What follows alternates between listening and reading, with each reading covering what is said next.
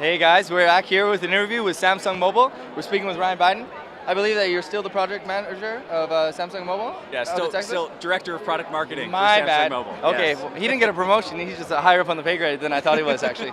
So I wanted to take a look back at 2012. It was a really great year for Samsung. You solidified your position at the top of the podium in mobile. Yeah. Really, really diverse product lines, an accelerated rollout schedule. Really, really good to see internationally released Galaxy S3. Only a few weeks after, we saw it on US carriers and Canadian carriers. So can you just talk a little bit about what 2012 was like for Samsung? Yeah, I mean, 2012 for us was a pretty pivotal year. I mean, a year before that, we launched the Galaxy S2. It was kind of our first opportunity to say, hey, we can be serious about this. We can deliver a world-class smartphone.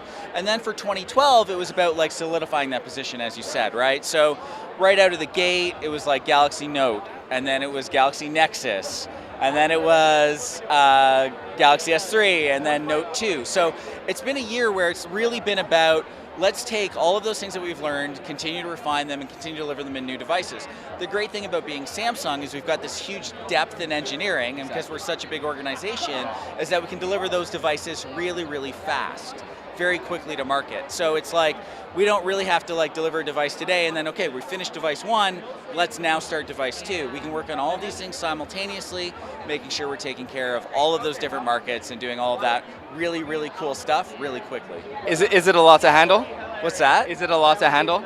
I mean, it is very, very, let's call it challenging in just the pace of innovation, all right? So it's this kind of interesting thing between how quickly can we deliver a product to market and how much work is it from an engineering standpoint to deliver, right? So what it is we don't want to have innovations in the pipeline that we're not delivering to consumers. So it's how quickly can we do this stuff and bring it out versus we got all these teams on the sales side, on the marketing side, folks that I work with on a daily basis who have to go and actually deliver this stuff to the retail channel, to work with people to train and sell and all that stuff. So it's this really balance of wanting to bring the best possible devices to consumers as quickly as possible versus us all working ourselves like crazy to get it done. And so for us, we've skewed on the side of the consumer. You have, and that's a good thing because the consumer is the one who dictates how profitable your business is. Yeah. But forgetting about all that for a second, at what point, okay, so first of all, how many smartphones did Samsung sell in 2012? A lot is the answer. Over 50 million? I can't actually be specific about it. A ballpark? No. Okay. I don't know the number. What I do know is that I think in Q4 2012, or Q3, we were definitely the #1 smartphone vendor in the world. Everybody knows that though. So the answer is a ton of phones, more than anyone else. Yes. Is actually the answer. And the reality is I don't know the numbers off the top of my head. I don't know what we've released publicly, so. You don't release anything publicly actually. Okay, so a lot of people are really excited obviously about the future. Everyone's looking towards the incumbent. A lot of people like AMOLED technology. Has Samsung been able to perfect a 1080p, 5-inch to 4.8-inch AMOLED display, non-pentile matrix? Okay, so here's what I will say about that. So, Come on, this is a good answer. Here's what I will say about that. I'm ready. And this is where I skirt the question and redirect. No, just come on. No, so if you think about what we've done on display technology, right? So we've continued to deliver Super AMOLED displays in a variety of resolutions. So we started with, if you think back to Galaxy S2, it was our first Super AMOLED Plus, probably WVGA at the time. It was huge, huge innovation. And then you get to the Galaxy Nexus, and we delivered 720p, Super AMOLED, and then if you look at the Note 2, we delivered 720p, Super AMOLED, not necessarily stripe, but non-pentile display. So these things continue to evolve. And as you know, we continue to remain at the forefront of display technology, and there are a number of devices being delivered today with 1080p and all of that kind of stuff. I would expect us to continue to be successful and competitive in the market. There will be a 1080p AMOLED display in the Galaxy S4 and the Galaxy Note 3.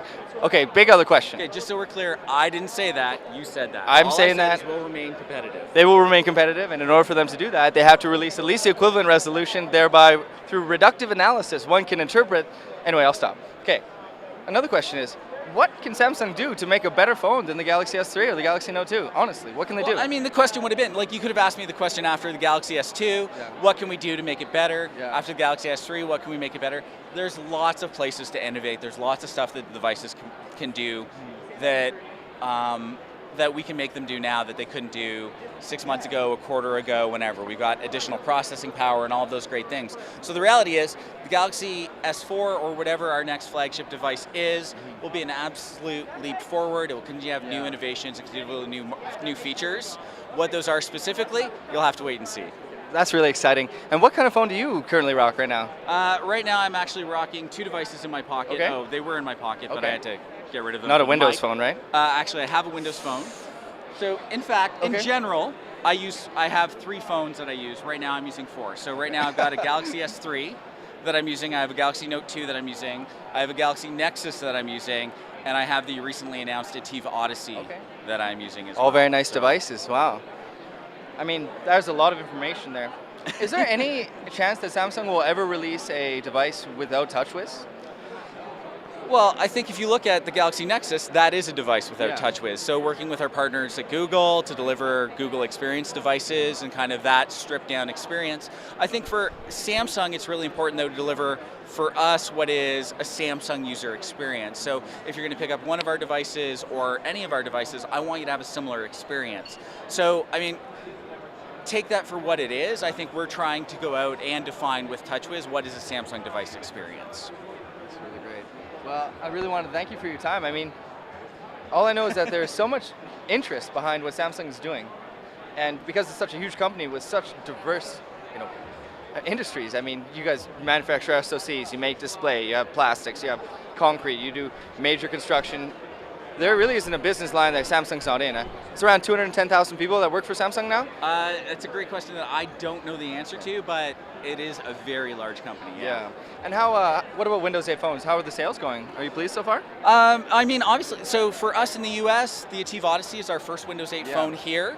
It's launching on Verizon soon, so it's too early for us to tell with the sales. I think we're very committed to the platform, love Windows 8, think it's great. We've got this device launching, and I'm sure there will be more in the future. Many more, okay. Well, I think we've grilled him enough for now, but we're going to be seeing him. He can't escape, nor will we stop pestering him. I want to thank you very much for your time, Ryan. Really, really a big fan. I appreciate it very much, sir. All right, Darcy Lecouve live here with Android Authority. We're at Pepcom Digital Experience, CES 2013, giving you the scoop on all things Android. Thank you very much, sir. No problem. Okay, Thanks. guys.